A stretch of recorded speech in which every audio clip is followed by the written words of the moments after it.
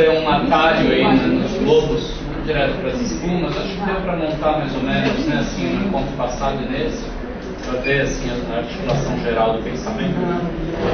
Então, até por esse trabalho, né, Michael Boran, para ver já como a primeira imagem, aliás, por exemplo, eu queria fazer o trabalho com as imagens, mas é impossível, né? A gente, só no Esferas 1 são 100 e tantas imagens, 130 imagens.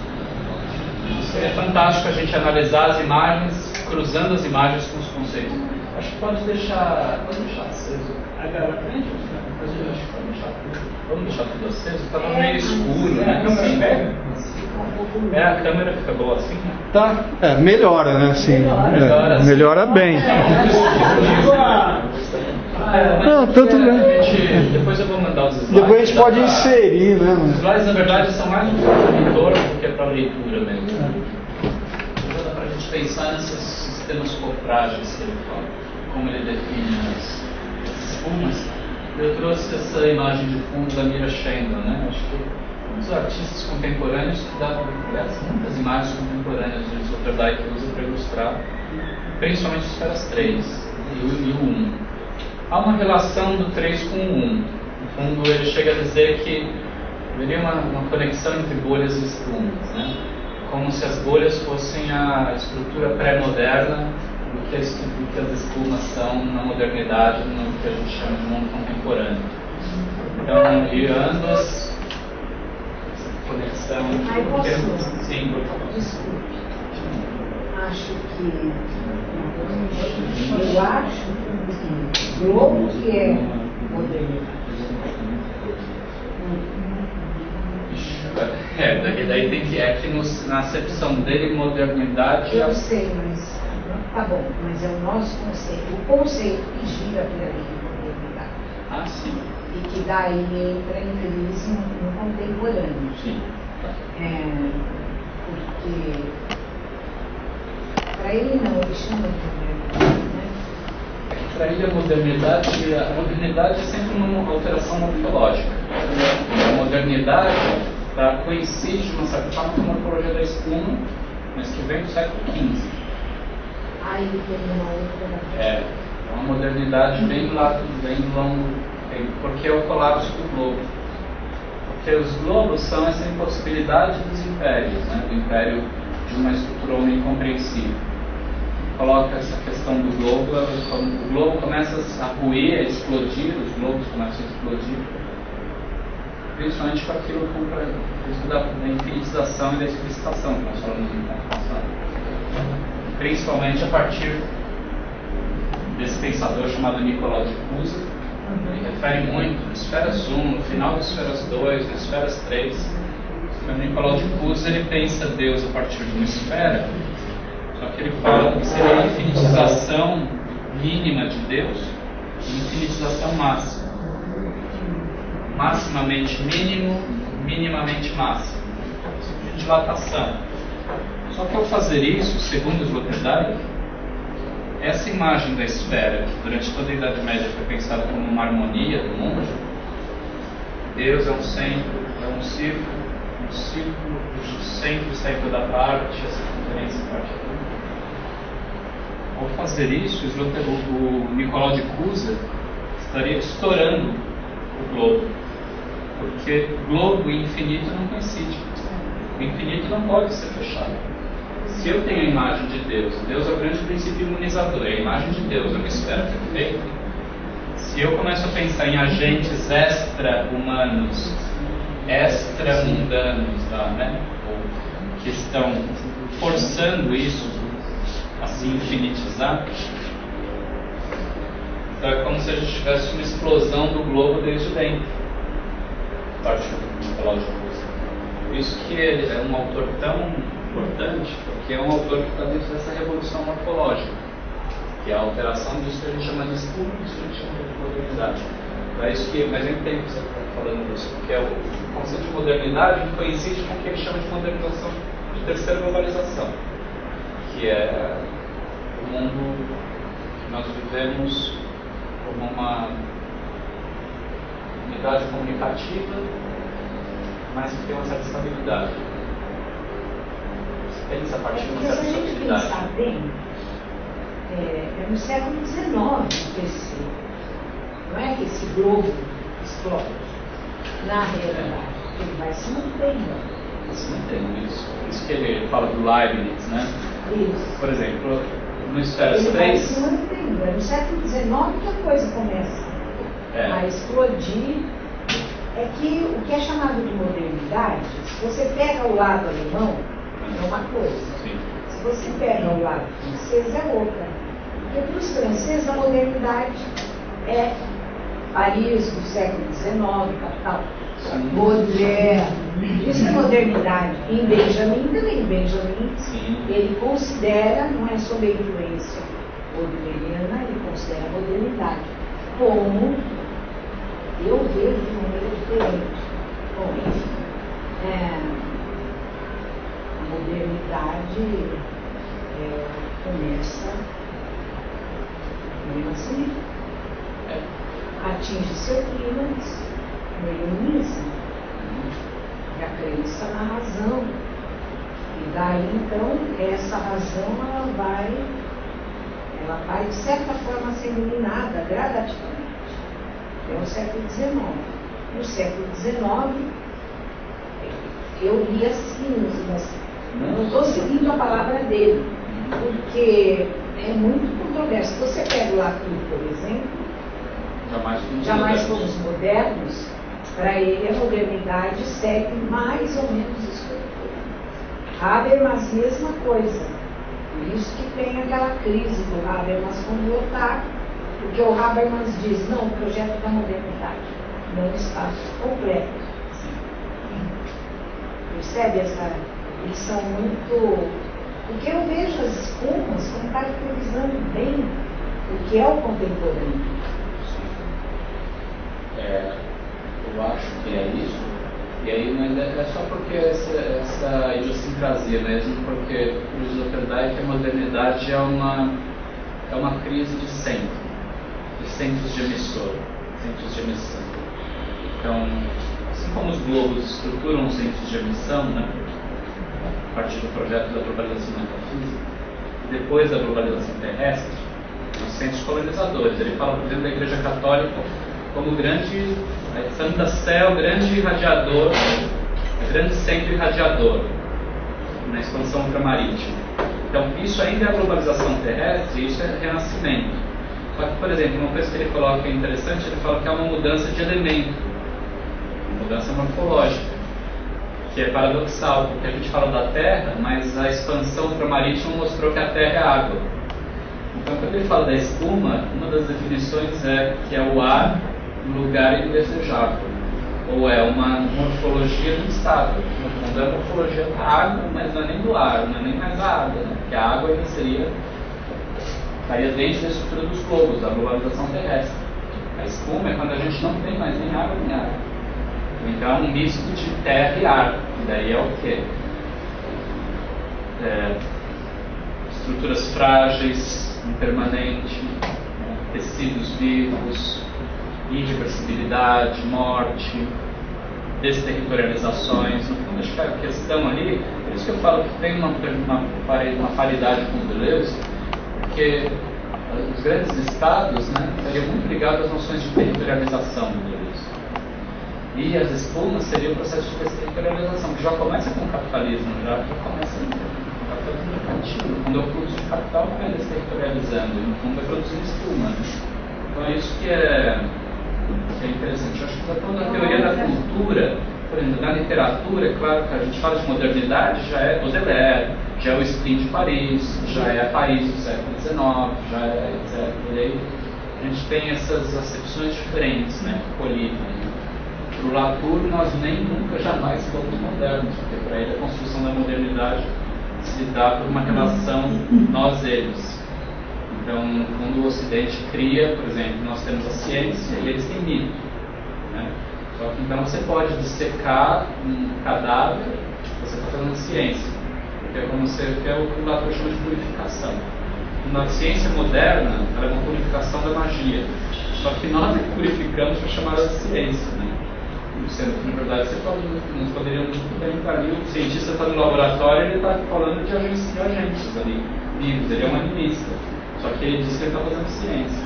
Os outros povos animistas não estão, porque eles estão fazendo mitologia, eu estou fazendo animismo. Então, se nós barra eles, é que inviabiliza. Não quer dizer que não exista modernidade, existe. Só que essa modernidade é sempre construída a contrapelo ou contraposição a uma purificação. E o impuro são mortos de ciência, que são ciência, que também podem ser um saber autêntico, só que não foram purificados. Então, a modernidade é purificação.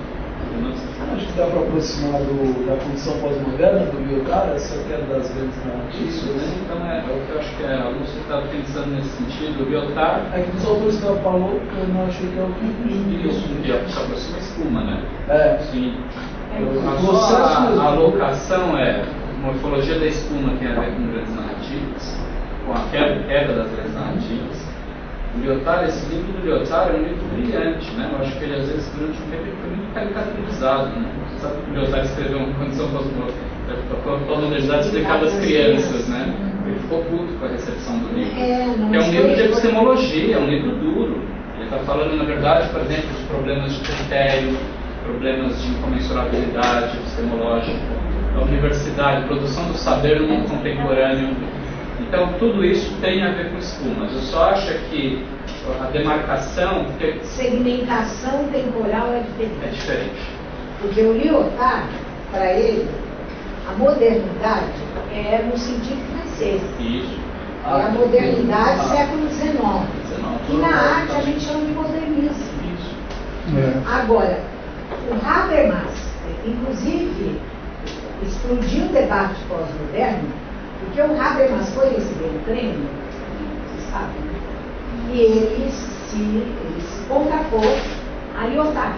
Mas, na realidade, a contraposição era da concepção, da segmentação do que é modernidade e do que é pós-modernidade. Porque, para o Habermas, a modernidade é o iluminismo. O projeto do iluminismo de emancipação humana, que está também em Habermas. Então, aí não dá. Cada autor que você lê, eles segmentam o moderno e pós-moderno num determinado período. Agora, por exemplo, os ingleses, todos, eles seguem mais ou menos essa segmentação do Lyotard. Você pega o Giddens, Featherstone, se você pega aí também agora como é que chama? A modernidade líquida. Bauman. Bauman. Não dá para comparar o Bauman com o Bauman ele vê, tanto é que o primeiro livro do Bauman chama Mal-Estar da Pós-Modernidade. Daí ele não quer mais chamar de pós-modernidade, ele chama líquida. Mas é bem demarcado. Anos 60, 70, 80. Sim, é bem demarcado. Anos 60 sai aquele livro Tudo que é Sólido de Saint-Jean, que de uma certa forma ele marca isso que a gente chama de passagem, esse Tudo que é Sólido de passagem da nossa concepção de modernidade para a pós-modernidade. Então é nesse sentido que eu estava querendo ver.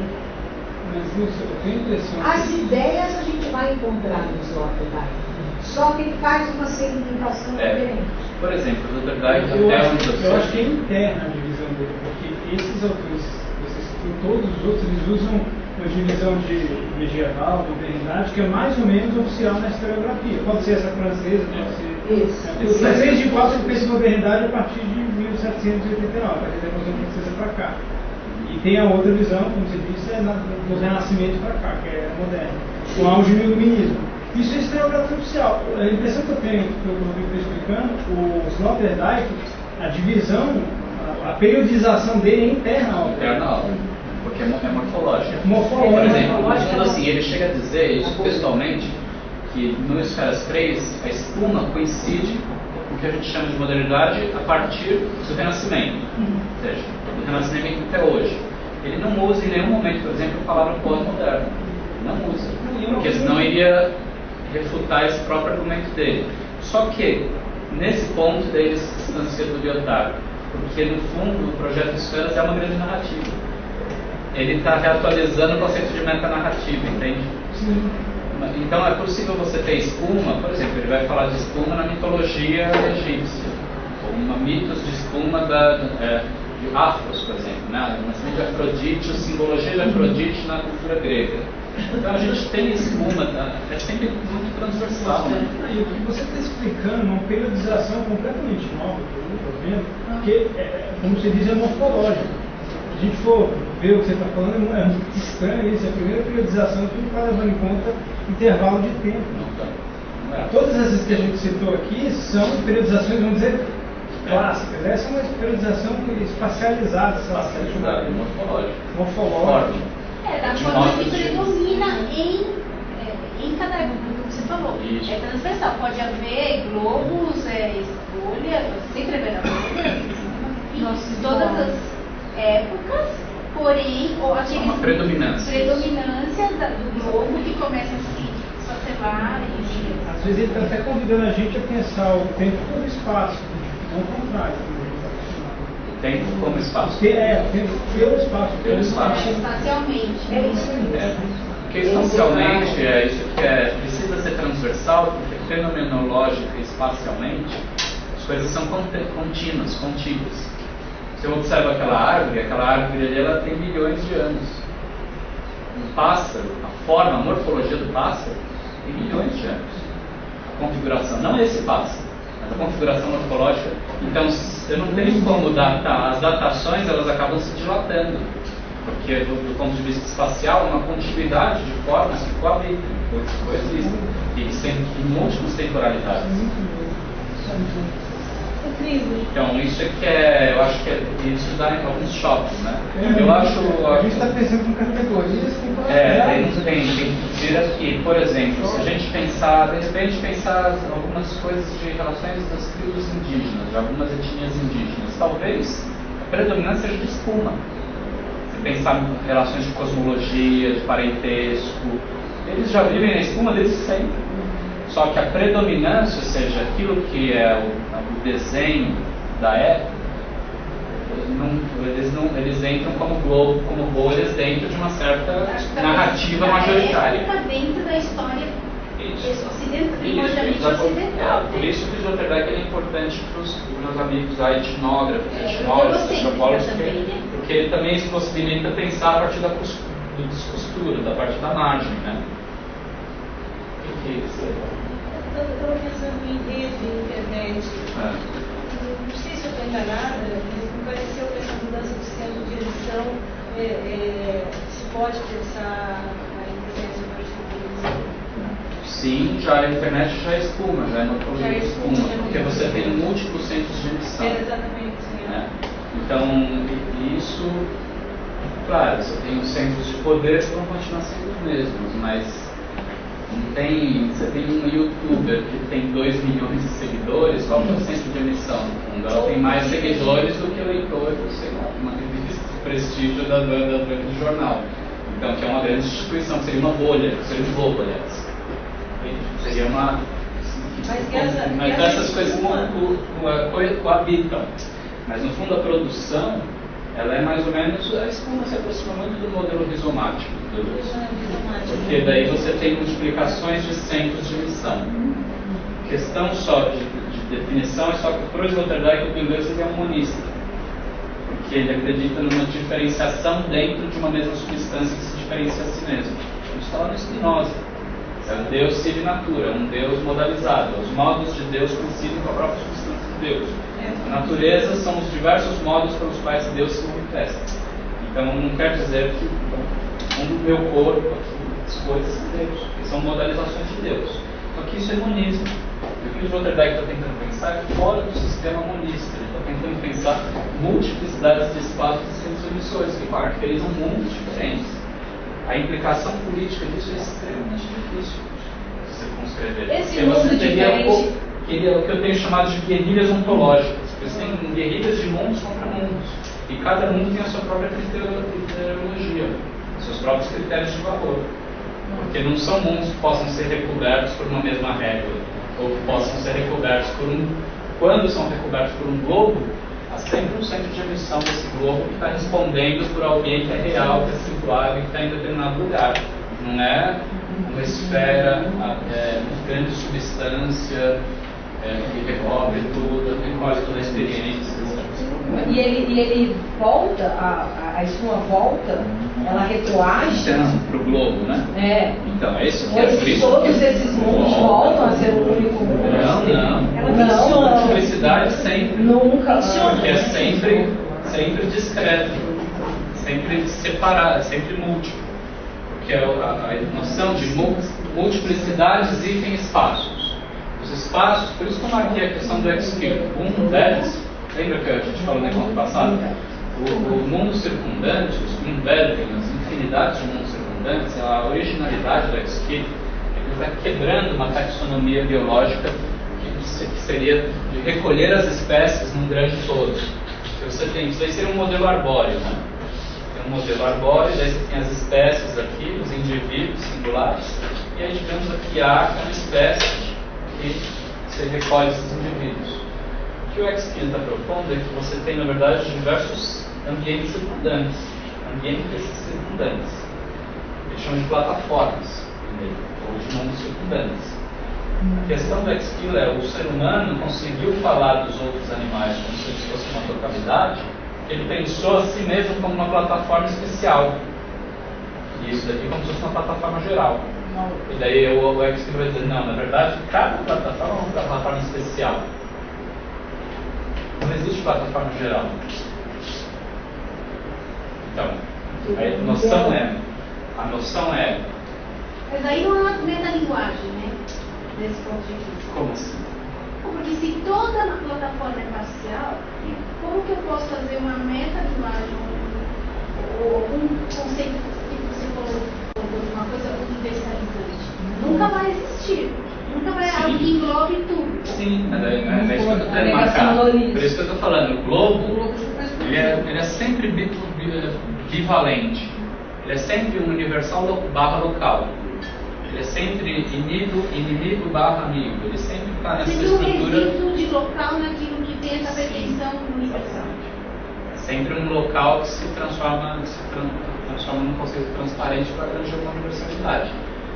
E isso é que é bivalente, né? O último capítulo do Espumas é um diálogo entre um ficcional, uma filosofia da ficção. É um diálogo sobre o oxímoro. Daí ele vai falar, o oxímoro é justamente isso, né? Uma coincidência de opostos. Então, esse lugar que a gente precisa pensar para determinar o que seria esse globo.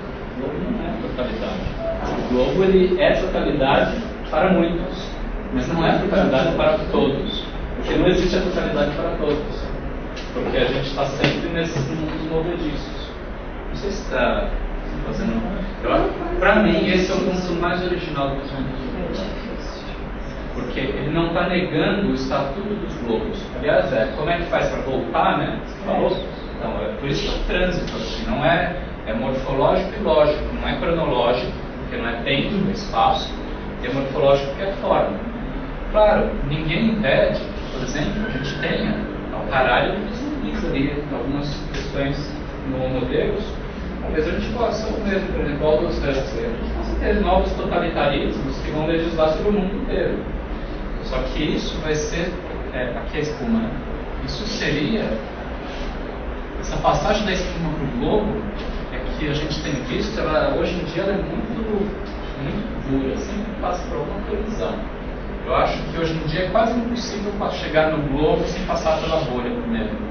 Essa passagem direta da espuma para o globo, geralmente é recrudescimento assim, de nacionalismos violentos, isso que a gente tem chamado de neofascismos, individualismos violentos. Por quê? Porque estão negando, na verdade, o fato de que não existe indivíduo nenhum, que não existe nação nenhuma, que não existe porcaria de unidade nenhuma.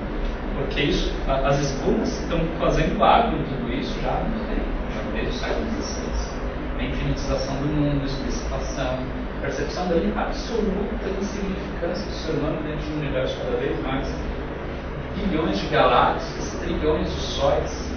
Você vai afirmar a individualidade humana, a liberdade humana, pensando do ponto de vista, né, da falência do liberalismo, do humanismo liberal.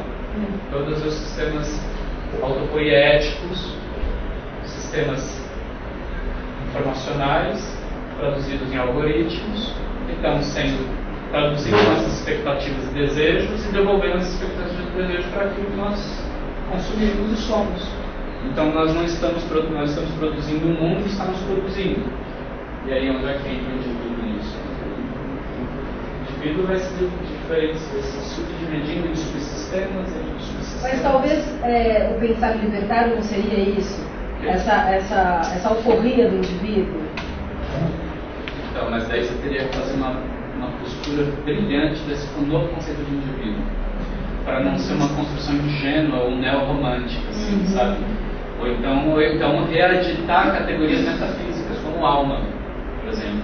A alma é uma unidade metafísica, é um bolus, uma totalidade.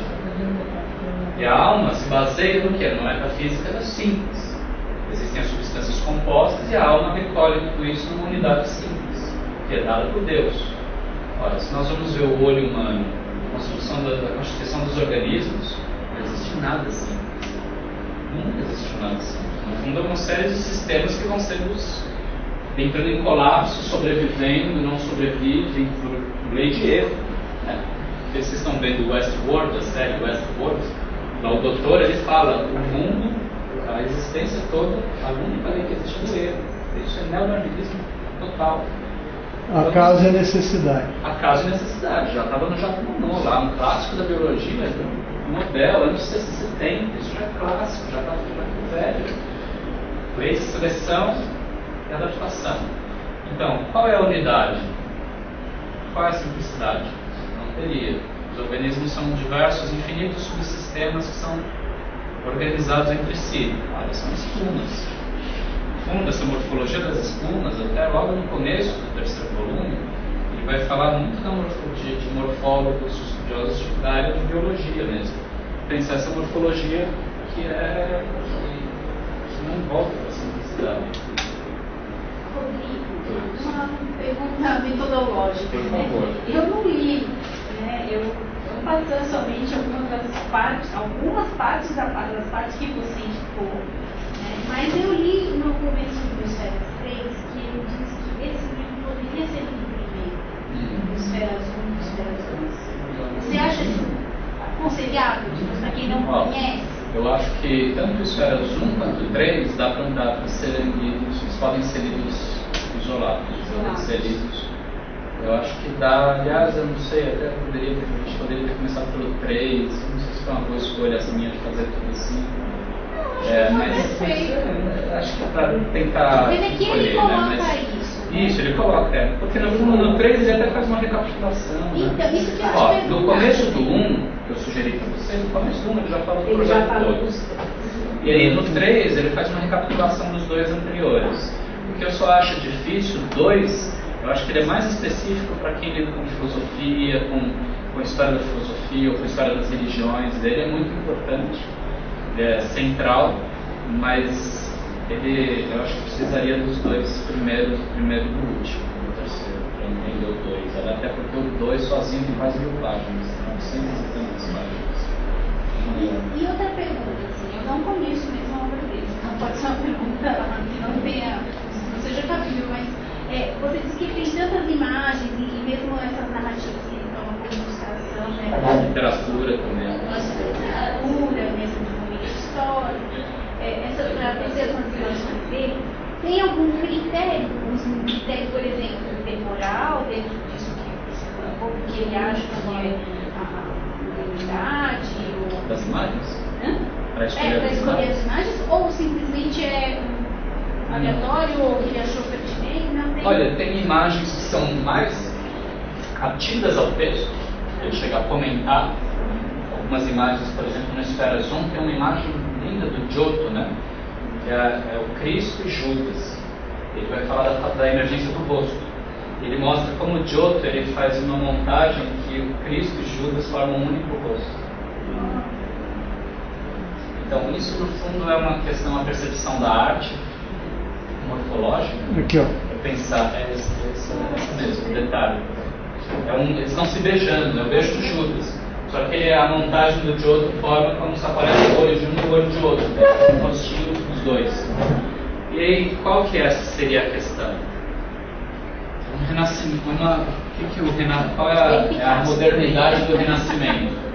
É ressignificar as esferas íntimas de coexistência, até entre os opostos, entre os inimigos, né? Certamente as imagens medievais, até Giotto, colocam os dois distantes, né? A questão do Giotto, do Dante, por exemplo, né? O Dante está dentro de uma narrativa e fala de primeira pessoa, etc. Então os critérios são esses, né? Um critério que eu acho que é... Algumas imagens ficam um pouco soltas, assim. Algumas imagens não dá nem pra gente saber o porquê que a imagem está lá. Daí fica uma relação mais distante que você está lendo, né? Imagem e texto, e você faz a relação. Você que faz a relação. Outras são mais externas, né? Mas é nesse sentido.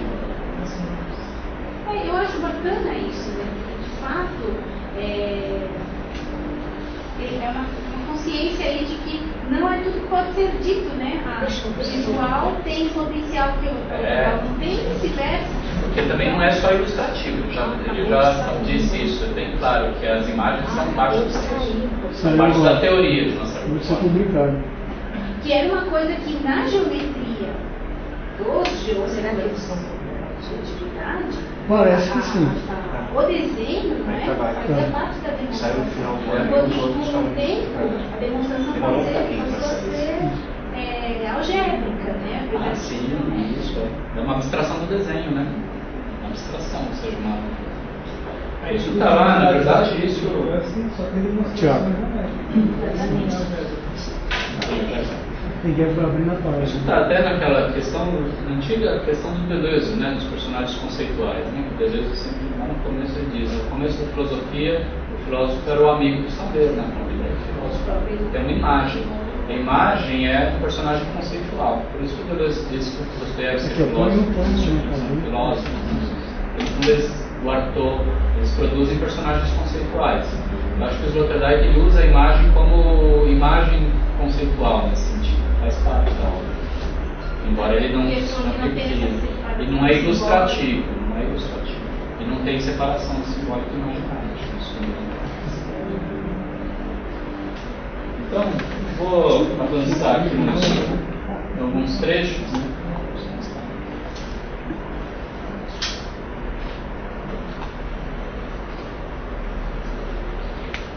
E a imagem da escuna é uma recuperação pós-metafísica do pluralismo pré-metafísico das ficções de mundo.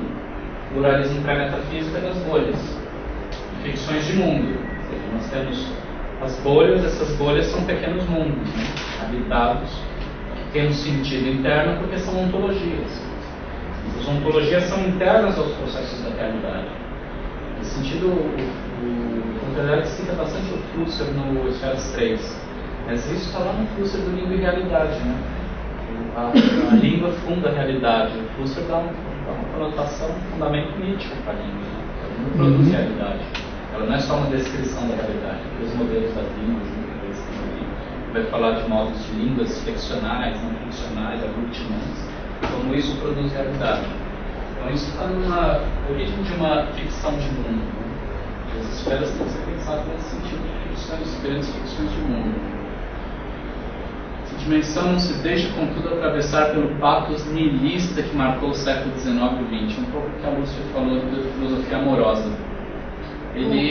Para ele, o nihilismo é um falso problema.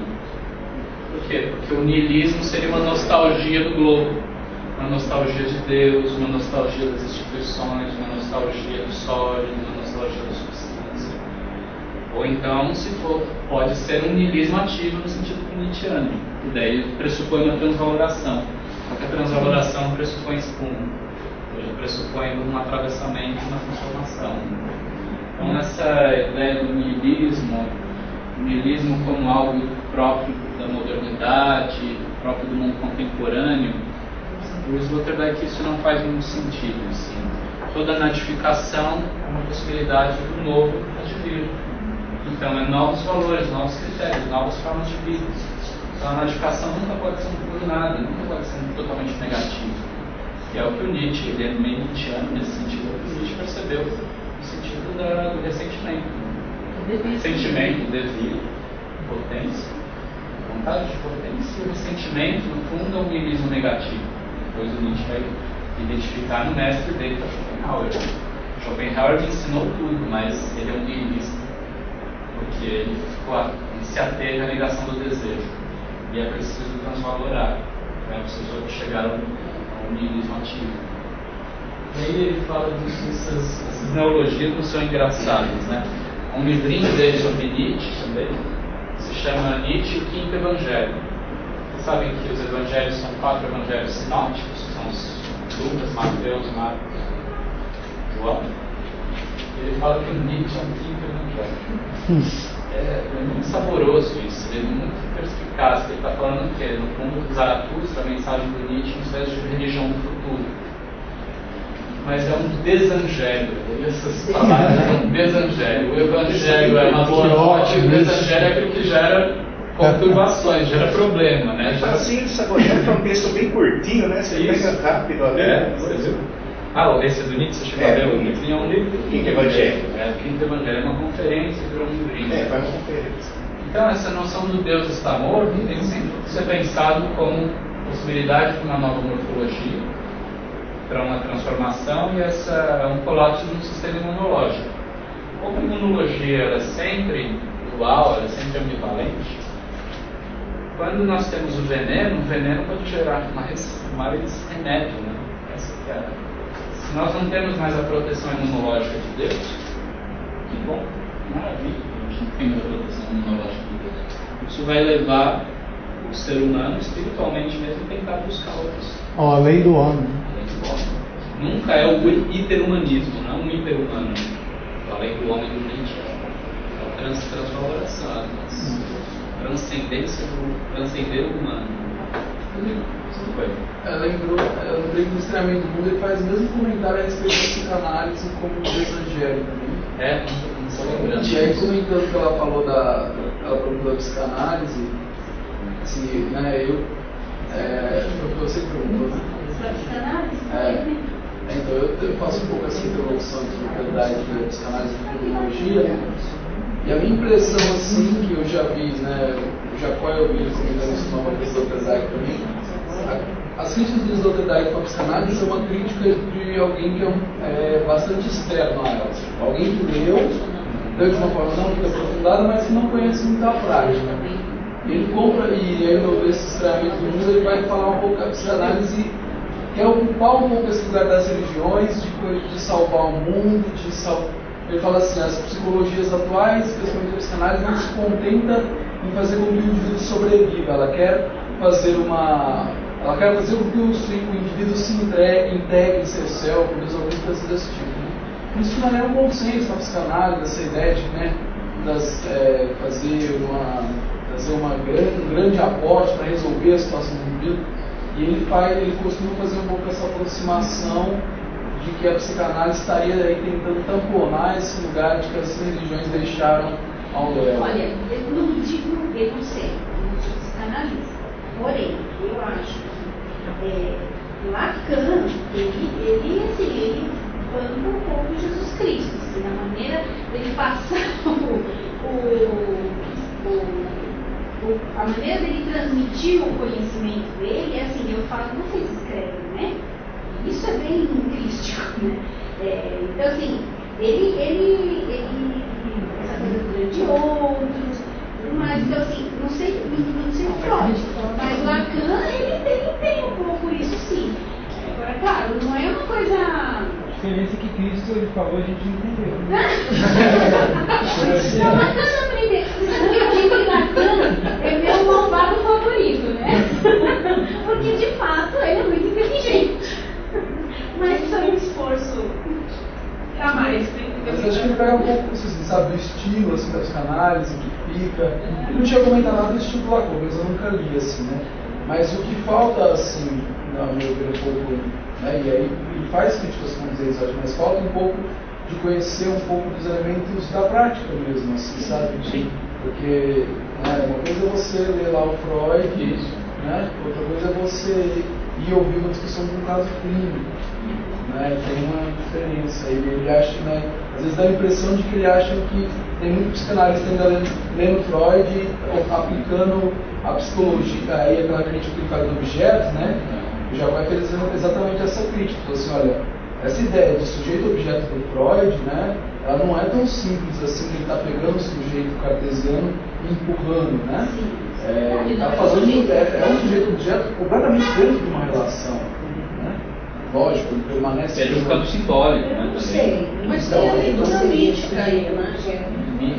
O tempo inteiro o sujeito do Freud? Aonde? Então, o Sloterdijk ele pega... Na leitura? Mas ele fala objeto de prazer, a questão do sei como objeto de prazer, para o Sloterdijk é uma relação. Pensar o sei como objeto de prazer para o Sloterdijk é um absurdo, assim, que é objeto de constituição, não é de objeto de prazer.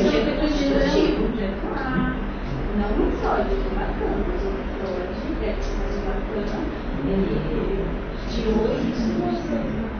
Não, o problema pode ter um objeto, mas não tem sujeito. Onde está o sujeito?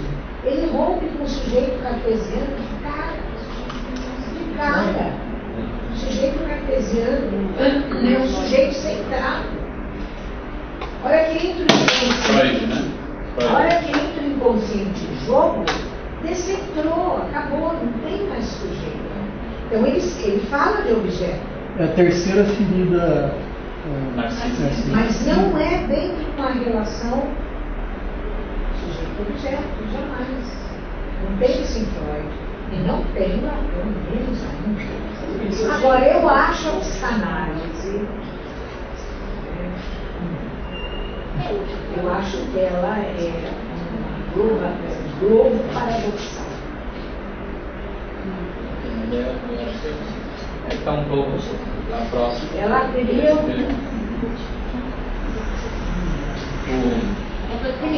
tanto é que o psicanalista não consegue sair desse grande globo. Não é verdade. Eles enxergam o mundo inteiro a partir a crítica é aí que o Sloterdijk fala que está tentando substituir uma religião, né? Está tentando fazer uma leitura do todo a partir do repertório teórico, vai dar conta do universal.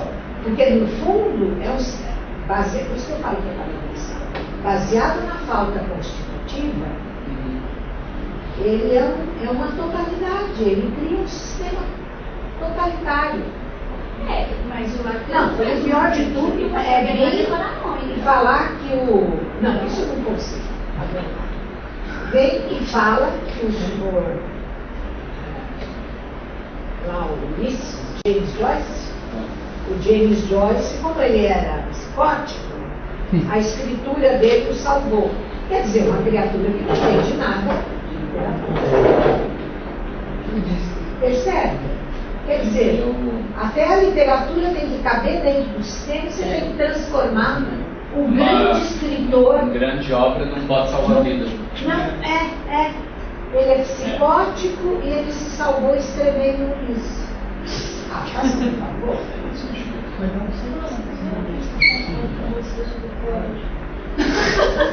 Não é Freud, é Lacan. Isso é Lacan?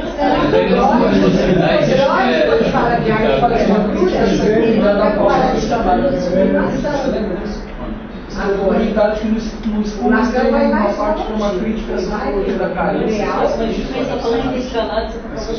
Ele vai fundamentar. Acho que vou trazer mais, vamos pegar mais uns slides, né? Então aqui ele fala. Uma coisa que é considerar que Deus morreu, então no fundo a grande questão aí da metafísica é que a metafísica é um sistema simplificador. Vocês querem ver? No fundo ela é redutora, porque ela precisa dar conta desse ponto de Arquimedes aí, ou desse ponto de unificação, para poder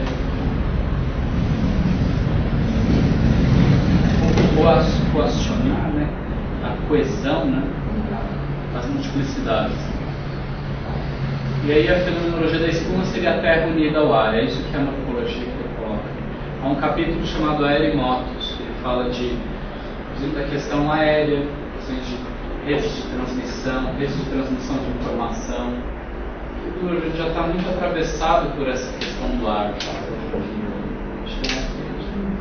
Atravessado aqui por não sei quantas redes de comunicação, de informação, por os aéreos. Então tem um desmembramento, uma expansão desse campo aéreo, que não é, então o espaço já não é mais um espaço terrestre, territorial. Tampouco é o espaço da mercadoria mercantil, que seria o espaço marítimo. É um espaço aéreo. É um espaço virtual, né? Virtual. Porque eu estava pensando, né, eu me mudei, mas estou indo para Valinhos. E eu vou ouvindo uma determinada rádio, e quando eu passo de Jundiaí, aquela mesma frequência capta outra rádio. Então, é que eu saí de um determinado... um determinado espaço e estou entrando em outro. Fica claro.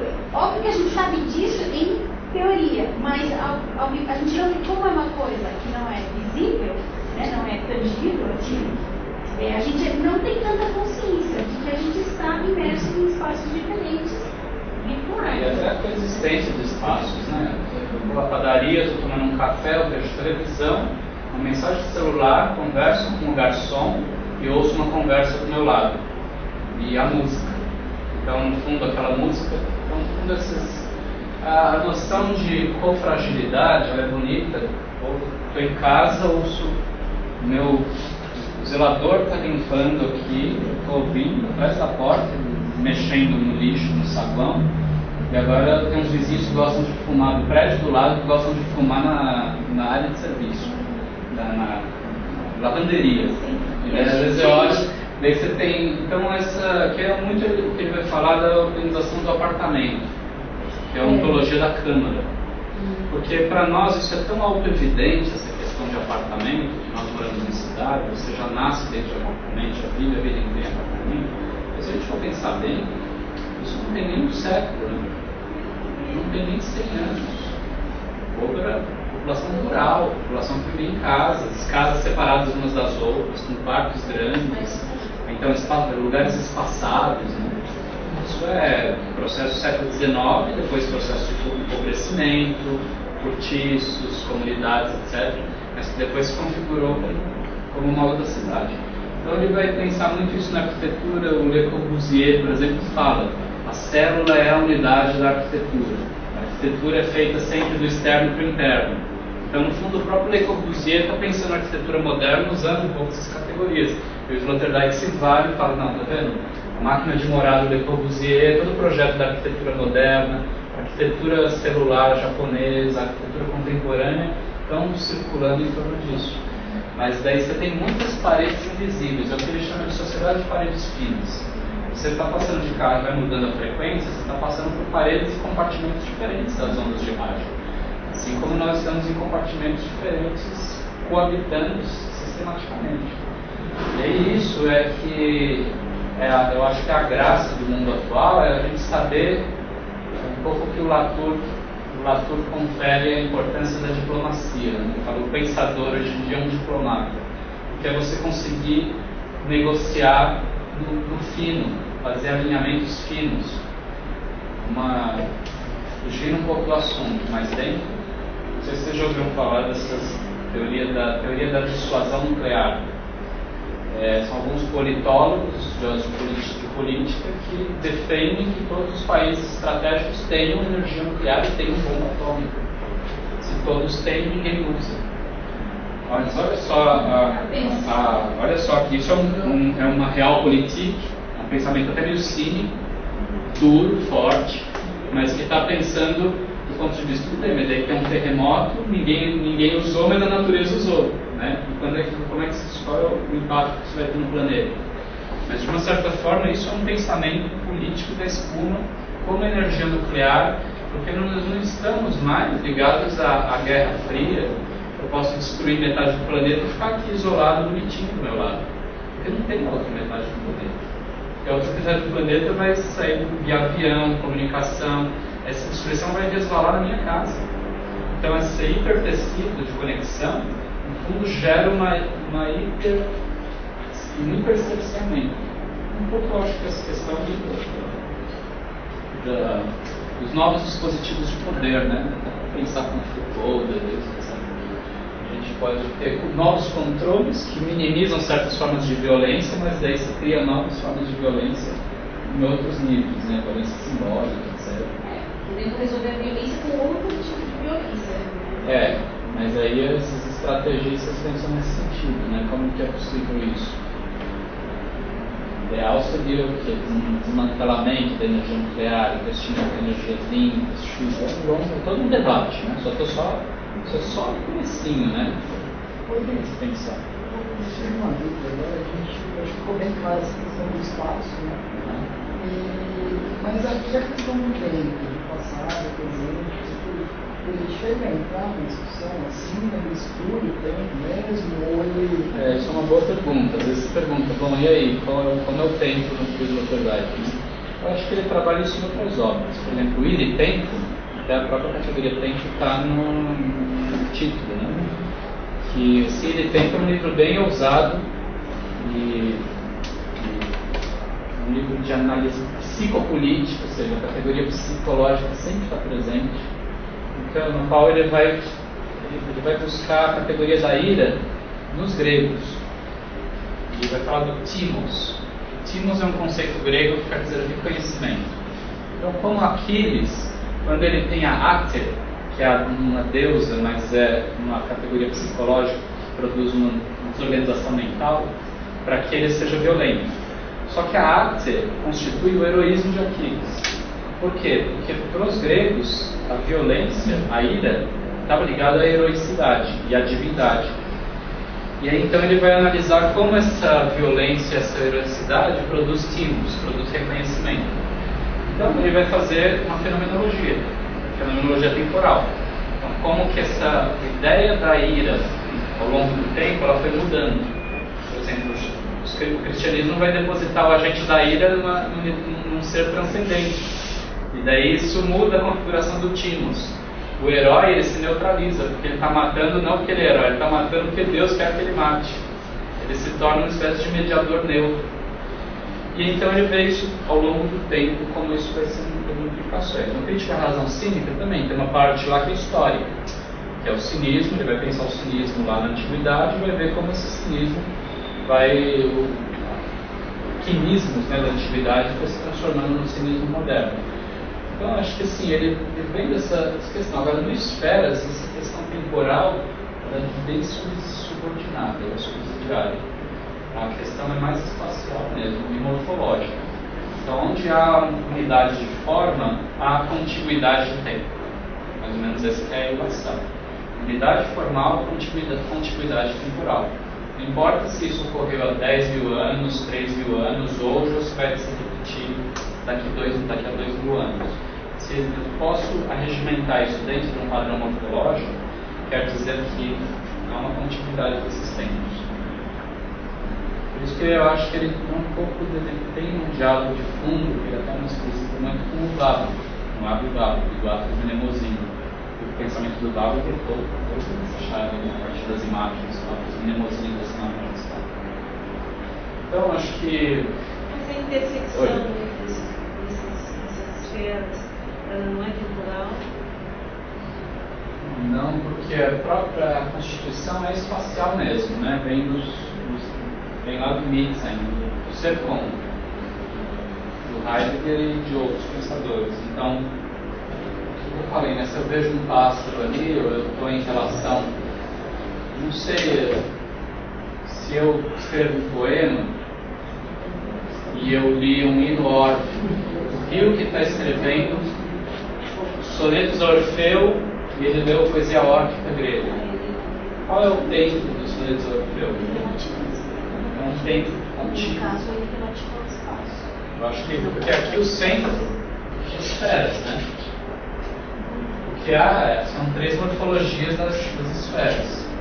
Isso a gente não pode nunca esquecer, não deixar de reter isso. Temporal Bem, ele fala da modernidade, da inecológica, mas, por exemplo, na morfologia da bolha, quando ele fala das sociedades que ele chama de paleocrítica, ele fala das jangadas sociais, ele está falando de bolhas. Mas ele está falando da humanização, da história. Os caras lá, 30 mil anos atrás, das jangadas sociais, são pequenos grupos que estão, que o Sloterdijk chama de o ser com mais fácil, mais forte do que o ser afim. Ser e afim. Eu estou com aquelas pessoas, não é porque eu sou afim daquelas pessoas ou elas são meus amigos. Eu estou com aquelas pessoas porque eu preciso sobreviver. E isso, por exemplo, você tem em tribos do deserto hoje em dia. Por exemplo, o maior problema do Oriente Médio, você entender o Oriente Médio, é a sociedade que veio que é uma sociedade tribal até ontem. Uma sociedade toda ancorada em bolhas. Como é que você fala de secularização, amor livre, Judith Butler? Uma sociedade que é toda ancorada em bolhas, que é uma sociedade que é tribal. É sinal de que eu estou tentando fazer a passagem das espumas para as bolhas, só que isso gera, às vezes, gera um fundamentalismo. Que vai gerar o quê? Vamos explodir essa merda. Isso aí não tem a ver com a gente. Percebe que se é a morfologia, eu estou lá na pré-história, mas eu estou aqui pensando nos beduínos, nos povos tribais do Oriente Médio. Então a morfologia é um fundamento, não é fundamentalismo, só estou falando só que são formas de unidade. A parte da espuma está ainda relacionada ao não lugar? Sim. Ou a zero dimensionalidade? Sim. Poxa, isso é a melhor das imagens técnicas, zero dimensionalidade.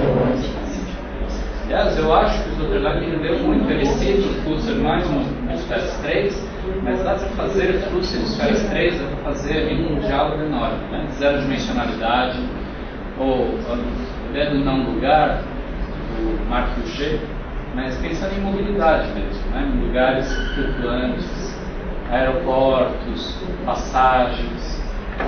Um capítulo do Esferas 3 se chama Indoors, que ele fala de ambientes internos, são ambientes às vezes homogêneos, né?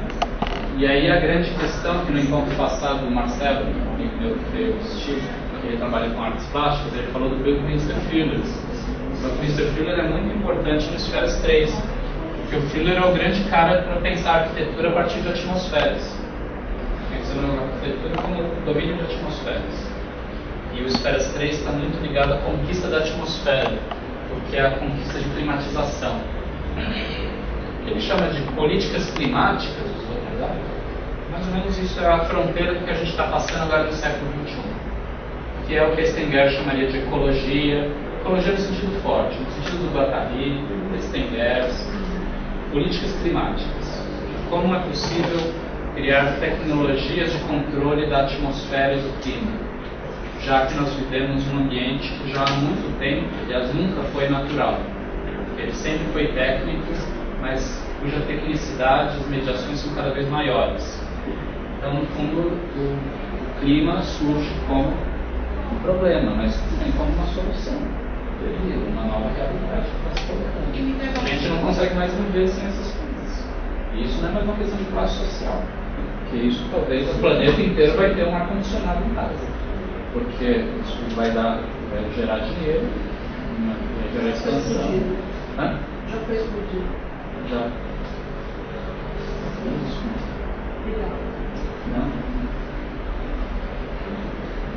Mas. A parte da classe social, que junto com toda essa proposta das espumas, essa questão que eu perguntei para ele da zero dimensionalidade do Flusser e o não lugar. Como isso está agora nisso que a gente está vivendo. Não dá para entender a zero dimensionalidade do Flusser se você não colocar em perspectiva. Não é o cinco estágios. Eu defendo a ideia de que a zero dimensionalidade não é simplesmente vazio. É uma recuperação do concreto pelo visual.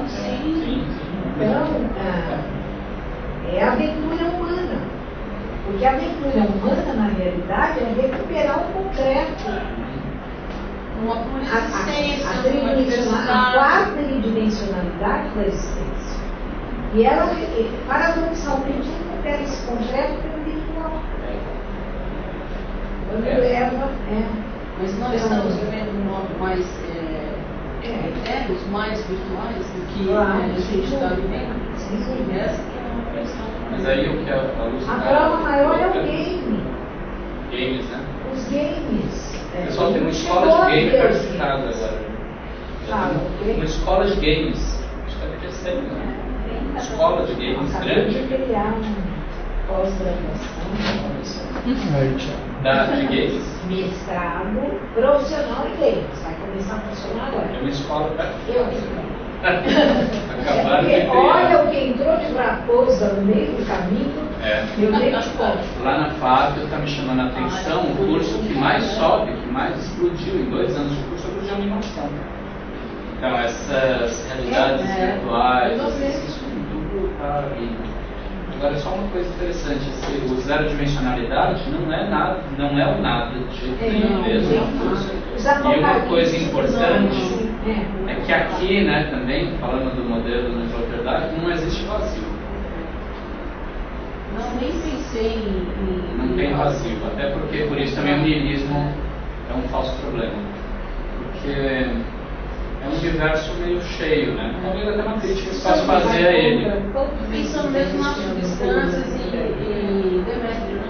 Que é onde o Husserl vai dizer, né, da zero dimensionalidade, a parte dos átomos, a parte dos chatrilhos, não vem do mundo das substâncias. Porque você fala do Spinoza, na verdade, o Deleuze, eu não vejo ele como um cara que vê uma substância, ele vê substâncias, né? Isso. O Spinoza, sim, é monoteísta. Eu não acho que o Deleuze se enquadre, eu não sei se isso é monista. É monista. Não é monista. Você já pode falar na não existência do vazio cientificamente, não só filosoficamente, mas cientificamente. E não existe vazio? Tem algumas pessoas, uma palestra do... Agora falhou a memória.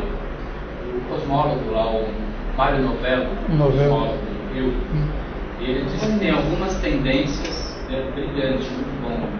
Então, tem algumas tendências agora mais na área de quântica. Eles têm falado de um vazio, seria o ponto de singularidade. Na cosmologia, que esse ponto de singularidade seria uma flutuação, seria um vazio. Flutuação quântica, né? Isso, para ele falou que isso teria que pressupor o conceito de vazio. Sim, mas é um vazio potencial. Quando você tem matéria e antimatéria convivendo. Mas vazio potencial virtual tem algum vazio. Tem que pressupor alguma coisa que é heterogênea em relação ao cheio. Enfim, no sentido de que tem ontologias que pressupõem a necessidade do vazio. Não ser e o ser estão atrelados. Platão, Aristóteles.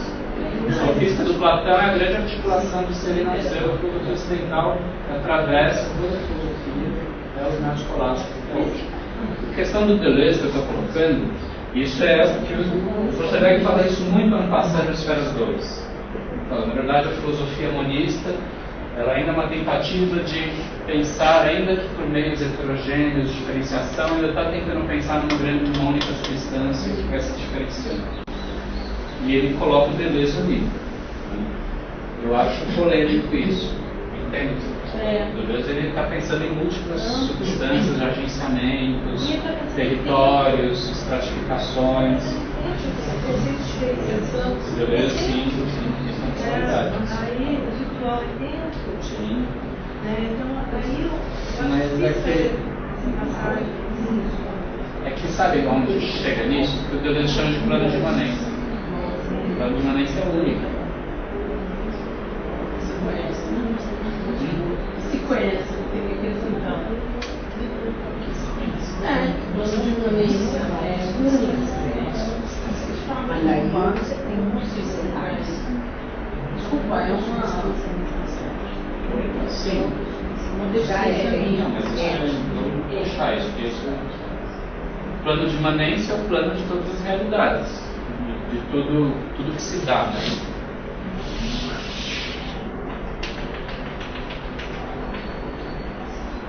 Você tem, por isso que não existe transcendência no beleza, existe um plano de imanência que ele é autorizado. Daí você tem estratificações, platôs, territórios, codificações que vão criando estruturas subsistentes, que nem tudo é devido. Plano de imanência e plano de consistência. Sim. Plano de consistência, meu corpo. Aliás, isso tem que tomar cuidado. Eu não gosto dessas leituras de Deleuze, tudo é devir, tudo é. Não, você tem máquinas de guerra, você tem planos de consistência, as coisas subsistem, as coisas duram, perduram, há guerras. O que eu estou dizendo é só que, daí, do ponto de vista epistemológico, é um plano. Tudo bem, são múltiplos territórios, múltiplas territorialidades. Deus também dialoga com o Epstein. O que o Sloterdijk está colocando é que esses múltiplos mundos, eles não estão no mesmo plano de imanência. Isso é que eu acho que é o mais. Não é o mesmo plano. É o mesmo plano como o globo. Mas até aí, você precisa acreditar no que você está dentro de um globo para você acreditar que você está no mesmo plano de imanência. Entre mim e vocês. Entende? Isso, na verdade, eu não sei se vocês estão estudando ontologia plana, não sei o quê. O Sloterdijk, acho que ele até se aproxima um pouco da filosofia analítica e dos pragmáticos nesse sentido. Porque daí, nos pragmáticos, a partir do Paine e da meta-ontologia contemporânea, você tem uma multiplicidade de mundos que são incomensuráveis entre si. E daí você tem vários quartos, né? Ontologia formal é isso. As discussões da ontologia formal, você tem isso. Entendeu? Mônica. Então, é isso, mas olha, isso para mim é bem difícil. Porque isso é um tema que me interessa porque eu estou estudando o infinito. Então, para mim, o infinito é isso. É você pensar que não existe um único plano de imanência. Porque, por exemplo, quando o Eduardo Ribeiro de Castro ele vem e toma o Deleuze para ler os símbolos, os escritos, e pensar no multilateralismo, né? Ele está pensando em múltiplas naturezas. Tá? Pensando a partir do Deleuze para configurar essas múltiplas naturezas. Mas é que isso é um uso de gráfico. E no fundo, o Eduardo está até ele está alterando, ele está meio que relendo, ele está canibalizando. Ele está forçando, ele está se apropriando, na verdade, mas legitimamente ele está antropofascizando o Deleuze. Porque no fundo essa categoria está mais próxima das tribos, das ontologias indígenas, do que do Deleuze. Então, ele está fazendo um meio de campo, né? Mas não quer dizer que e o uso dele para dizer de outro modo. É isso. E aí é por isso que eu tenho mencionado a questão das ontologias múltiplas, que isso está na antropologia, daí está aqui, acho que o Sloterdijk serve para pensar ontologias múltiplas. Pessoal, deixa eu só retomar aqui, então, a gente não perdeu aqui os slides. A advertência da Heráclito.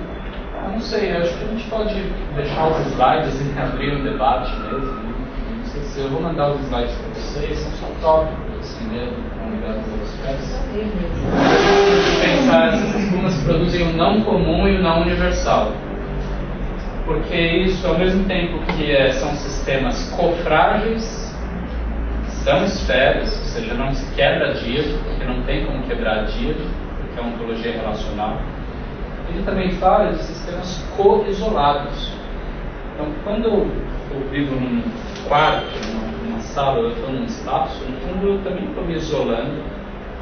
Nós produzimos nossos sistemáticos isolamentos. Agora, com o celular, por exemplo, você vê, nós estamos juntos. Não quer dizer que nós não estejamos juntos, mas nós estamos isolados. Mas nós estamos produzindo conexões virtuais com outros. É muito chato esse negócio. As pessoas vivem no celular tudo bom, mas falando um pouquinho, eles querem falar de verdade, né? Não estão perdendo tempo dormindo no metrô, cansado, não são obrigados, não vai ficar falando com o cara no ponto de ônibus, você nunca viu, você está falando com a sua irmã, com a sua filha. E criando o que? Esferas, bolhas.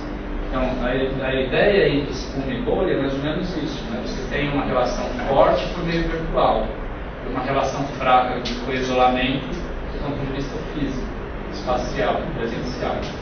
Mas essas coisas vão se modificando, vão se mobilizando. Eu queria entender, por exemplo, a partir das bolhas, assim, os globos procuram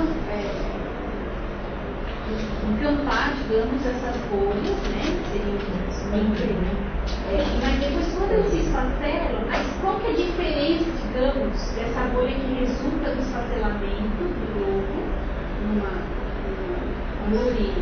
espuma, numa policelulite, para essa bolha que meio é constituída, tenta ser.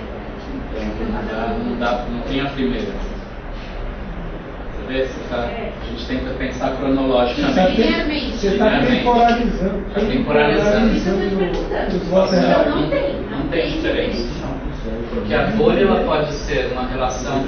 Veja só, não sei se fica claro, a demarcação é sempre ontológica. Quer dizer que se eu estiver sozinho num deserto, eu estou constituindo uma bolha no deserto, eu e o deserto. A bolha diádica é eu e tem deserto. Eu não preciso de coletivos ou eu comigo mesmo, se eu tenho um anjo da guarda, por isso que não é essa coisa, né? Uma mitologia católica. Estou constituindo uma bolha com o meu anjo da guarda, com o meu anjo, meu amigo imaginário. Por exemplo, Fernando Pessoa, um gênio da língua portuguesa, né? Ele fez espumar a literatura por dentro. Quando você tem a noção, não é nem indivíduo, quando você tem múltiplas individualidades, cada um com as suas singularidades, e isso foi. Então, um grande morfologista, né, de Zolberg. Talvez um dos maiores morfologistas que percebeu essa possibilidade da espuma, mas também está criando famílias, né? Outros indivíduos. Os heterônimos têm mapa astral, mapa astrológico.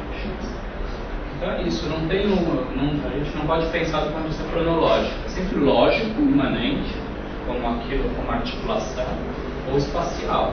Ou temporal, mas temporal numa chave um pouco mais subordinada, um pouco mais secundária, é uma palavra ruim, um pouco mais colateral. A estrutura espacial produz relações temporais, e não ao contrário. Eu acho isso também bastante interessante. Nós somos muito temporalizados, pessoal, muito temporalizados. A teoria é muito, não, mas isso veio depois, isso veio antes. Você poderia repetir essa frase aqui? A estrutura espacial é que produz as relações temporais, e não ao contrário. Olha, isso que você está falando, você chegou a assistir a peça que teve aqui, uns anos atrás, o Fingidor? Sobre Fernando Pessoa. Foi tão bem montada, tão bem criada, que no início da peça as pessoas dizem, olha, por favor, nós pedimos para todos vocês desligarem os celulares, né? Para que não tenha nenhuma luz, nenhuma som, né? E nós asseguramos a vocês que vocês vão sair no horário da peça. Quando termina, que vocês vão ter tempo de pegar o carro de estacionamento. Porque a peça tirava você do tempo. Você tinha a sensação de estar lá muito mais tempo do que você realmente estava. Né? Então, é fantástico, porque realmente era uma percepção, não era uma percepção individual, né, desse tempo. Eles conseguiram fazer que aquilo era coletivo. Todo mundo tinha uma decisão e já avisava a mãe. Então era muito bacana. Né? Por isso que essa frase que você falou, a estrutura espacial produz as relações temporais. Eu não sei, é intuição, mas o organismo, né? Tem matéria genética em mim. Matéria tem bilhões de anos. Eu tenho, não sei se é talvez uma disfunção mental minha, assim, eu tenho dificuldade de pensar esses tempos. Tudo bem, eu entendo o tempo cronológico. Só que na minha formação, na área de humanas, letras, nossa, eu assim. Para isso aqui na semiótica a gente discutiu esse tipo de coisa, porque dá essa abertura, né? Mas às vezes nós temos uma herança muito historicista, muito historicista. Você acha que você tem que achar o textinho do século XVII, se você achar isso daí vai ser essencial descobrir o século XVII. Só que daí se você pensa a partir de um tempo mais transversal, mais cortado, você está sendo anacrônico, ou está sendo anti-histórico. É como o histórico é tido como positivismo. O histórico é tido como a categoria principal. E tudo o resto é uma disfunção em relação à história. Por exemplo, como é que você vai pensar psicanálise a partir disso? Não tem como, não. A partir de categorias históricas. Você pode pensar a partir de uma cronologia, de eventos, de uma biografia, mas não tem como articular isso do ponto de vista histórico. Tudo bem. A escola dos Anades, Fernando Brodel, Koselleck, tem historiadores brilhantes que estão pensando em camadas, estruturas, estratificações de tempo, múltiplas temporalidades. Foucault pensou nessas coisas. Mas, por exemplo, o Sloterdijk faz umas críticas ao Foucault. Assim, ele acha que o Foucault fica muito refém aí de um certo discurso na Europa, ali, da Constituição de Poder do século XVII para cá. O conceito de tecnologias, de técnicas, o Sloterdijk fala de domesticação, ao invés de falar de dispositivo, porque a domesticação está mais ligada aos hominídeos. O Foucault está pensando assim, a constituição do saber a partir do século XVII, e também numa ordem bastante cronológica. E é temporalizado também, porque ele, como todos os outros pensadores europeus de lá para cá, começam em condições históricas, sociais, a noção de episteme do Foucault. Tudo bem, foi uma revolução dentro da... Eu não pensava assim, pensava assim porque tinha essas condições históricas. Por exemplo, você falou o conceito de episteme do Foucault, ele foi brilhante, revolucionário para a historiografia. Ele é brilhante, um pensador brilhante. Mas ele é uma gaiolinha que eu vou te contar, viu? Eu já me cansei já de ver, não, mas esse é a episteme do século XVII. Lá na USP, nossa, não tem nem traço. A episteme do século XVII é assim, então você tem que determinar assim. Ora, mas o século XVII não tem continuidade, ele está isolado no tempo. É uma caixinha, é uma grade, é uma gaveta. E não tem nem traço disso nos autoridades, não tem nem... Ele saiu bem disso. E daí vai para um campo que daí leva críticas para falar, é muito transversal, é muita multiplicidade, ou os cortes, a ideia é metanarrativa, grandes narrativas, a gente teve a falência das grandes narrativas, assim. Sobre esse aspecto, tem uma relação com a psicanálise, no sentido de que, pelo menos a psicanálise lacaniana, mas isso já está mais ou menos em fora, não tem nada de cronologia. São os registros, os 3 registros. E esses 3 registros já estão no imaginário. No imaginário você tem o real e o simbólico. E daí no simbólico você tem o imaginário e o real. E também o real. Então não tem nada de cronologia. Não é que vem primeiro, claro que no desenvolvimento da obra do Lacan tem uma cronologia, vem no imaginário, mas a constituição humana ela se dá na interrelação desses 3 registros. Assim como a gente tem que entender bolhas, globos, esferas, não como a primeiro veio depois... a bolha original, a bolha originária, a bolha primordial. É porque quando você pega, não é a placenta, tem todo aquele capítulo. Aliás, foi o primeiro capítulo, por isso só. Não, porque eu orientando na minha trabalhando, eu acabei tendo isso. Não é que ele funciona como uma imagem, uma grande imagem, não é? E você pode depois ter, não uma cronologia. É uma ordem lógica e ontológica. Isso. E aí o cronológico temporal ele é sempre ficando meio subsidiário. Isso não é subordinado, ele é paralelo. Mas se você... Eu acho que não é o pensamento contemporâneo, mas ele não é completamente Vargo. Ele rompe com a cronologia. Vargo, Steve Hoover. E mesmo a Gandhi. a ideia do Agama de modo de vida, não é que você vai pegar um modo de vida lá, uma energia, mas é uma constituição, né? Então, eu acho que está completamente fora de moda a coisa do pensamento, mas não conseguiu. E foi muito importante, mas a gente precisa repensar isso. É por isso que ficou agrada. Sim, eu acho. Agrada porque se harmoniza com, sabe? Como se fosse natural você pensar cronologicamente. Por outro lado, é o discurso da política, que é a leitura que fazem. E ele é muito contraditório. Primeiro, transforma completamente essa noção clichê de política. E de poder também, transforma. Agora, as pessoas não leem isso. As pessoas não leem. Você tem que falar para mim? É. Eu deveria falar isso. Mas todos os discursos que eu coloquei, eles são continuativos. Ninguém entrou o que eu penso. Ninguém entrou no conteúdo. O pensamento meu tem nos meus no meu trabalho.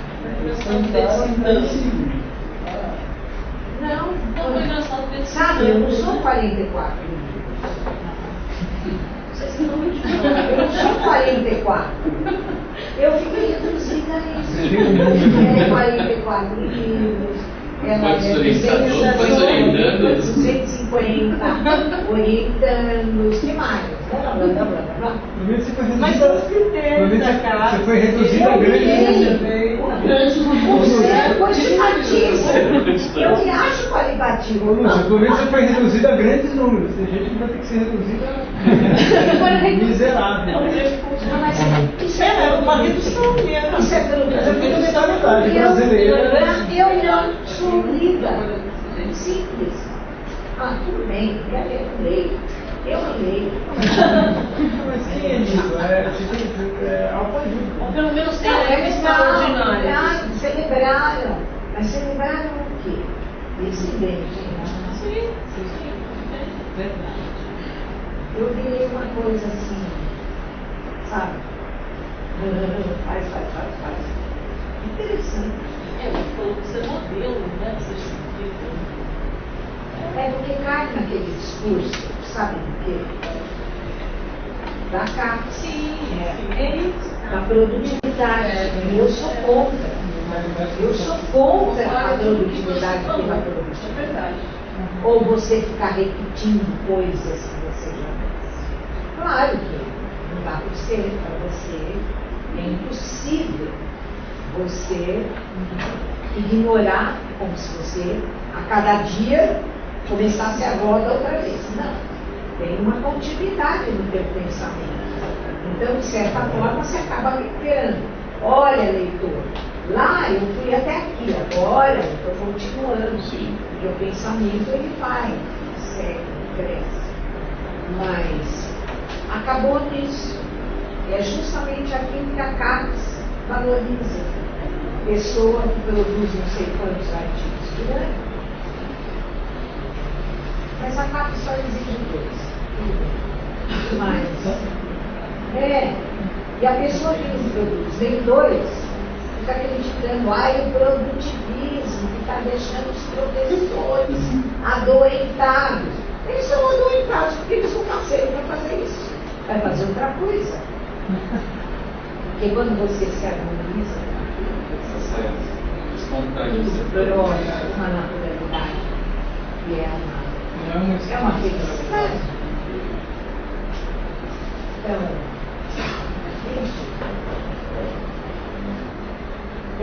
eu fiquei medo. Esse estudo do Sloterdijk. Tem gente que fala dele e não sabe nada. Não sabe nada que ele escreveu. Critica. Só Critica. fala mal, porque ele não é heideggeriano, porque ele não faz isso, porque ele... mas você vê que a pessoa não deu uma obra.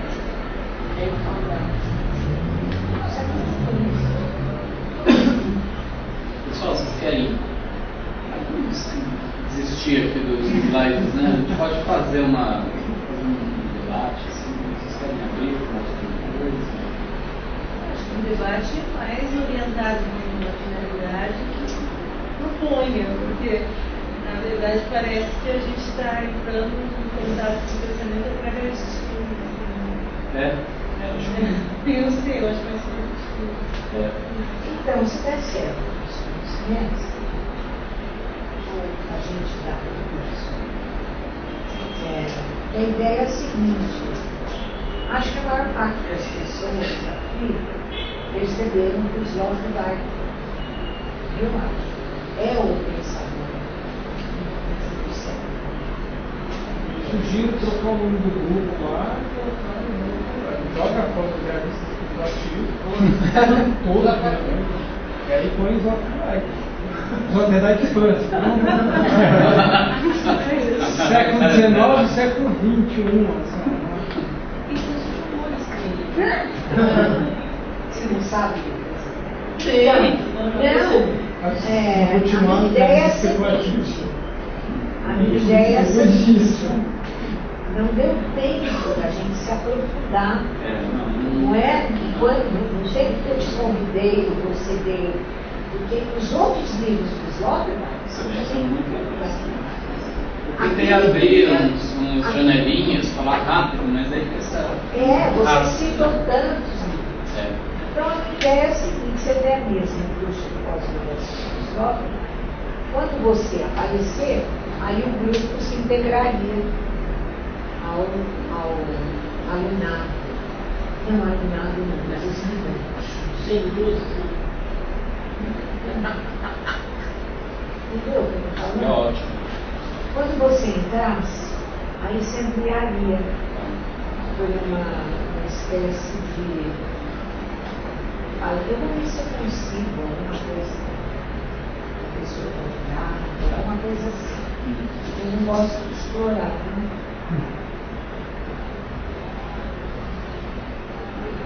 Desgraça. Nós não somos missionários. Apesar de todo gosto. Apesar do prazer, mas eu acho que isso é ótimo. Missionário, né?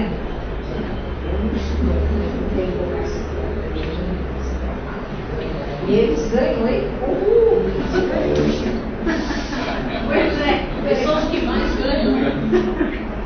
Bom, então, porque daí a gente lê melhor. Se aprofundar. Eu acho assim, como uma Daí o diálogo sugestão, com você ficaria mais eu acho que dá para ler antes, né? Sugerir alguns textos com bastante antecedência. Tem que ler, 3 livros. Rodrigo, você poderia comentar o fechamento desse livro, o ponto final, porque eu queria ter esse panorama final agora. Eu vou trazer meio rápido então os slides, só para alinhavar, a gente não comenta os slides, só para pegar os pontos. Eu tava com esse negócio da modernização na cabeça. O livro não é só as vozes, esse slide meu raciocínio foi certo, né? Relação entre o sonho, atmosfera, domínios de atmosfera, políticas climáticas, isso é o ambiente um pouco no sentido do Esferas 3, está ligado. Aquilo que eu cheguei a mencionar no encontro passado, que é no segundo capítulo, que comenta o Benjamin, né? Uma intuição do Benjamin de que é até uma intuição muito fenomenológica, de que as coisas só adquirem uma legitimidade quando elas surgem. A relação fenomenológica entre latência e patência. Eu sou psicanalista também, o outro fala de latência e patência. E aí Benjamin fala das guerras climáticas, guerras com agentes químicos. E aí o Sloterdijk fala, então, fenomenologicamente, a noção que a gente tem de atmosfera e de clima só surgiu quando houve a possibilidade de destruição de atmosfera e de clima. Então, esse é um capítulo intermediário que chama de aeremotos, para pensar essas guerras químicas, esses agentes químicos, como que a gente está conseguindo se apropriar de uma forma devastadora do clima. E aí isso vai ser a base do século XX, porque daí ele já acha que no fundo do século XX já tem essa preocupação climática. Astrologia, vamos passar isso, é muito grande isso. Por exemplo, aqui são algumas coisas interessantes. Ele cita esse biólogo, Antoine Plateau, determinou as leis e geometrias por esses seres apresentados aparentemente caóticos, que são as espumas. Ele vai estudar os caras na biologia do século XIX e XX que vão pensar as espumas do ponto de vista morfológico. A existência de tegumentos esponjosos se nota desde as anotações de 1508 por Leonardo da Vinci. Então a morfologia, está dando Goethe também, né, esse método morfológico, pensar as formas, morfologia das gotas. E ele cita esse outro físico britânico, você conhece, Ronaldo? Não. Charles Verdun Bois. Ao passo que o século XX, de modo generalizado, introduziu no tempo na análise das espumas. Ele vai pensando essa instituição da análise das espumas do ponto de vista biológico, né? E aqui fala desses sistemas cofrágeis. A forma vazia de todas as histórias que tratam desse caso de inclusão. Assim, fazendo uma... A gente vai demorar muito, né? Que horas são? 10 para 6, né? Então, fazendo um resumo, né? Assim, diagonal. A busca das três, ele radicaliza na questão do espaço, vai pensar esses espaços de uma forma heterogênea.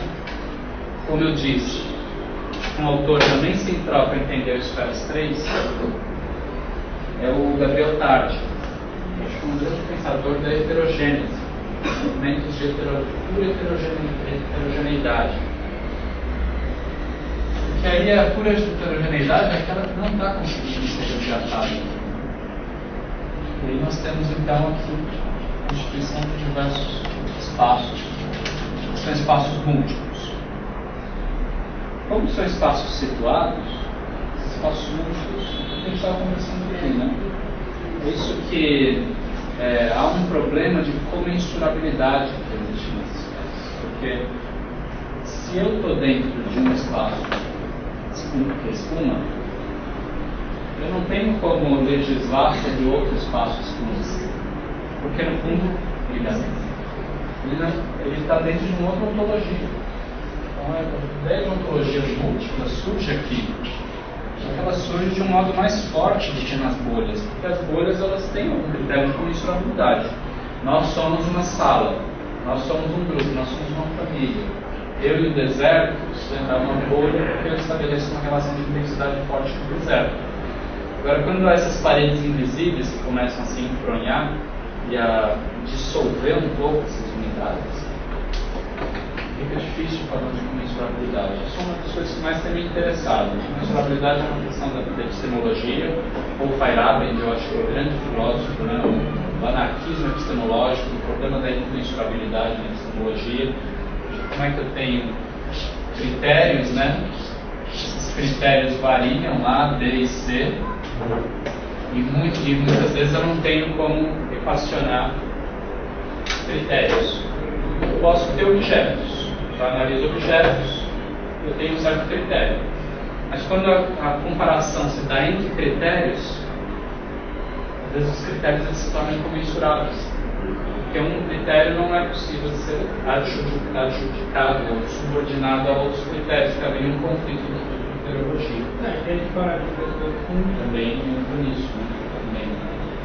Mas peraí, nesse sentido. São teorias explicativas que chegam a conclusões distintas e você não pode dizer que não falsa elas são incomensuráveis.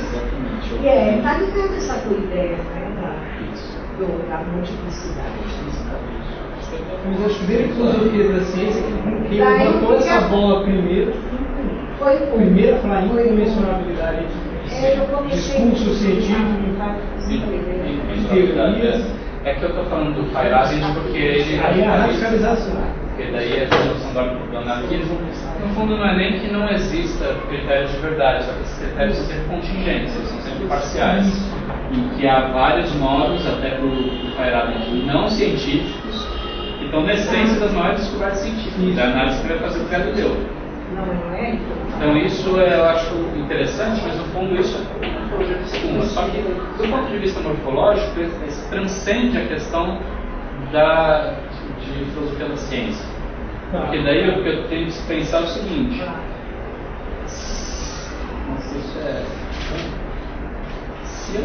se nós tivéssemos, por exemplo, um grupo que diz que, sei lá, que casar com meninas de 12 anos não constitui pedofilia, uma coisa assim. E você tem, daí esse grupo ele tem algum critério. E ele está dentro de uma... Isso daqui é uma espuma. Essa espuma, o problema do capitalismo, do mundo global e do mundo das espumas, é que talvez você sempre vai achar representantes, é o problema da democracia. Você pode achar vários representantes que falam que pode casar com meninos de 12 anos. A questão da modernidade, no sentido do iluminismo, é que isso aqui, ele, no fundo, esse espuma ela conseguia voltar para um certo padrão de racionalidade, né? Tipo, não, meninas de 12 anos não podem se casar porque elas ainda não têm uma constituição, etc. O problema da sociedade de consumo é que as meninas de 12 anos, você pode dizer, elas consomem vídeos eróticos, por exemplo. Elas já são mais erotizadas. Daí são outros critérios. E aí a gente começa a ter esse choque, esse conflito de critérios aqui. Eu estou dando um exemplo de bobo aqui, não estou conseguindo achar só essa dificuldade de critérios que eles podem ser. Isso é um problema da filosofia pragmática. Os pragmáticos são muito criticados por isso. Por quê? Hort, por exemplo, não, tudo então está ligado à verdade a contingências. Dentro de uma contingência nós estabelecemos algum critério, esse critério é válido contingencialmente. Tudo bem, mas se assim a gente pode justificar, por exemplo, canibalismo de crianças, ou qualquer tipo de violência. A gente pode ter até um mercado consumidor que vai consumir os vídeos produzidos por esse tipo de coisa. E dentro do nosso critério, a gente está dentro de uma certa racionalidade. A racionalidade ela não é globo, ela é espuma, ela é contingente. Então, você está vendo esse exemplo no campo da cultura. Se você pega o campo da ciência, o que isso acaba provocando é uma perturbação da nossa noção de realidade. Por quê? Essa teoria ela chega a conclusões que são válidas, a outra chega a conclusões distintas também válidas. O que é a realidade? Por outros critérios, você não tem um meta-critério.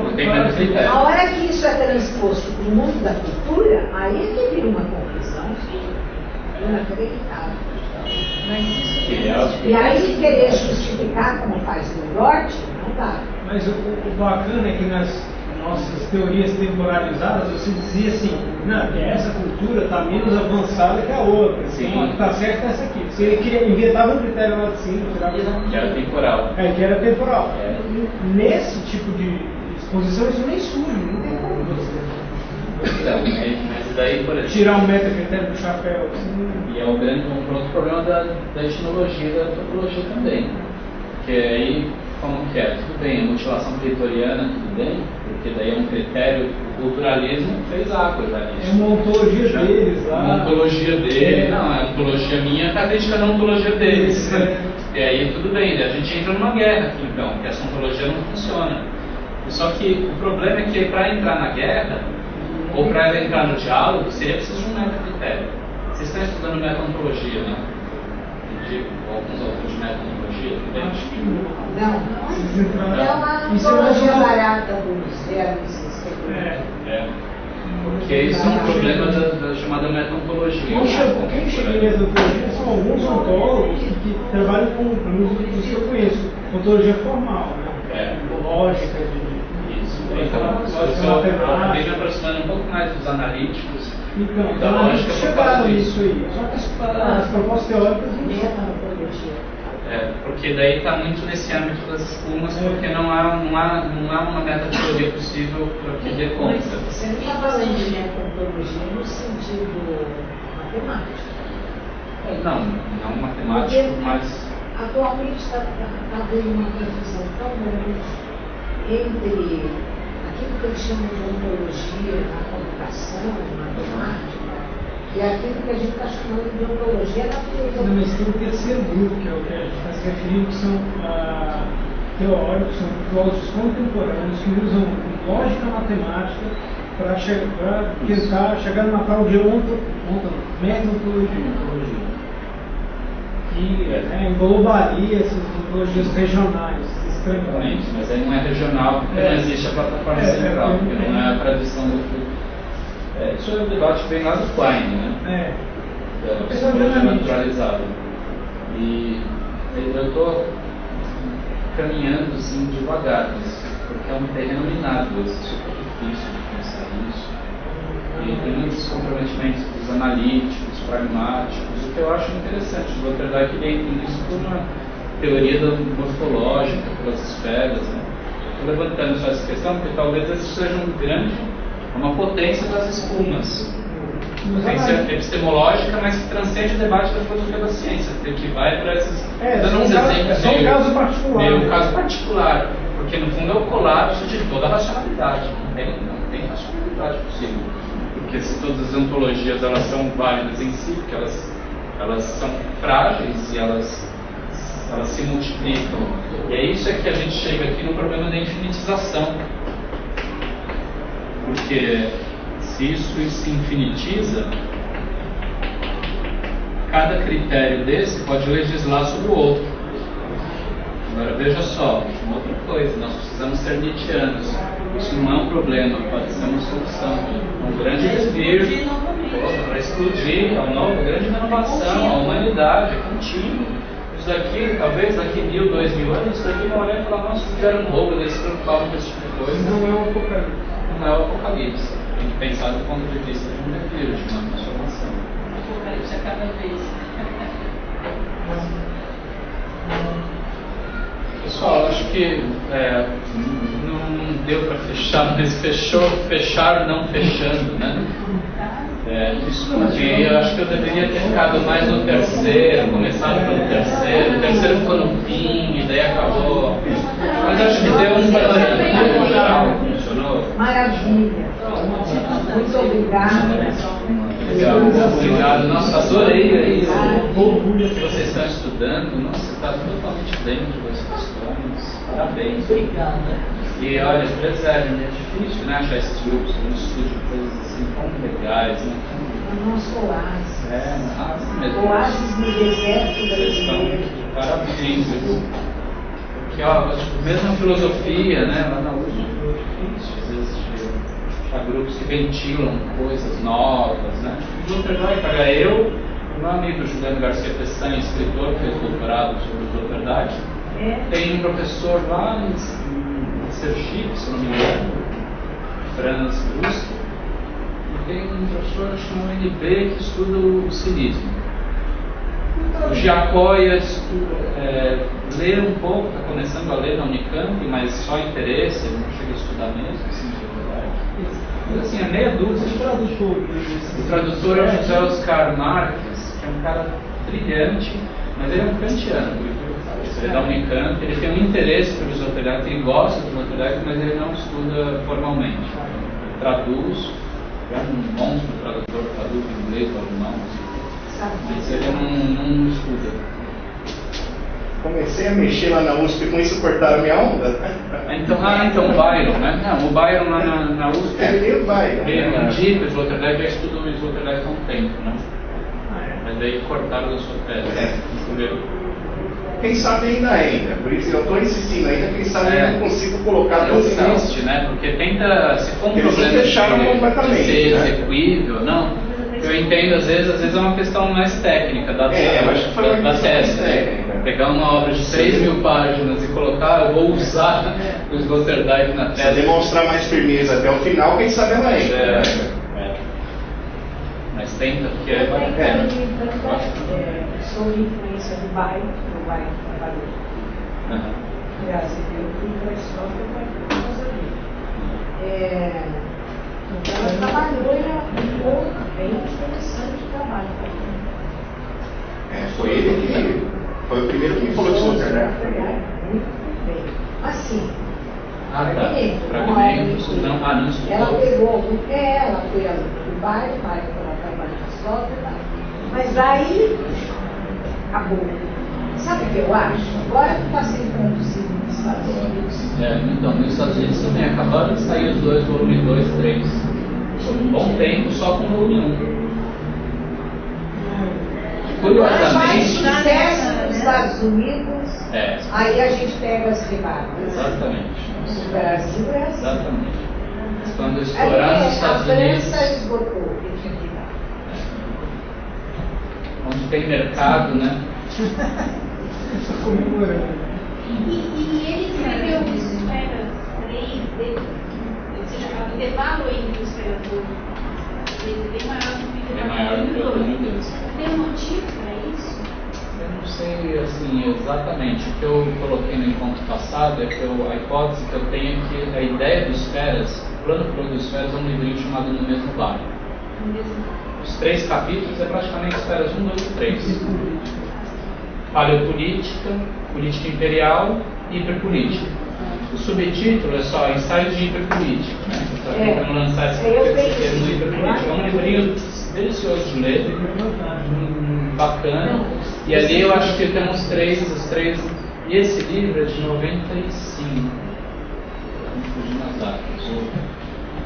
Ele disse na entrevista lá do Estadão, ele falou que a ideia dos Esferas surgiu para ele num curso que ele deu para a Escola de Artes.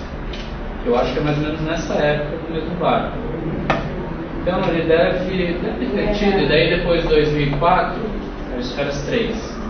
Teve um intervalo de 10, 12 anos.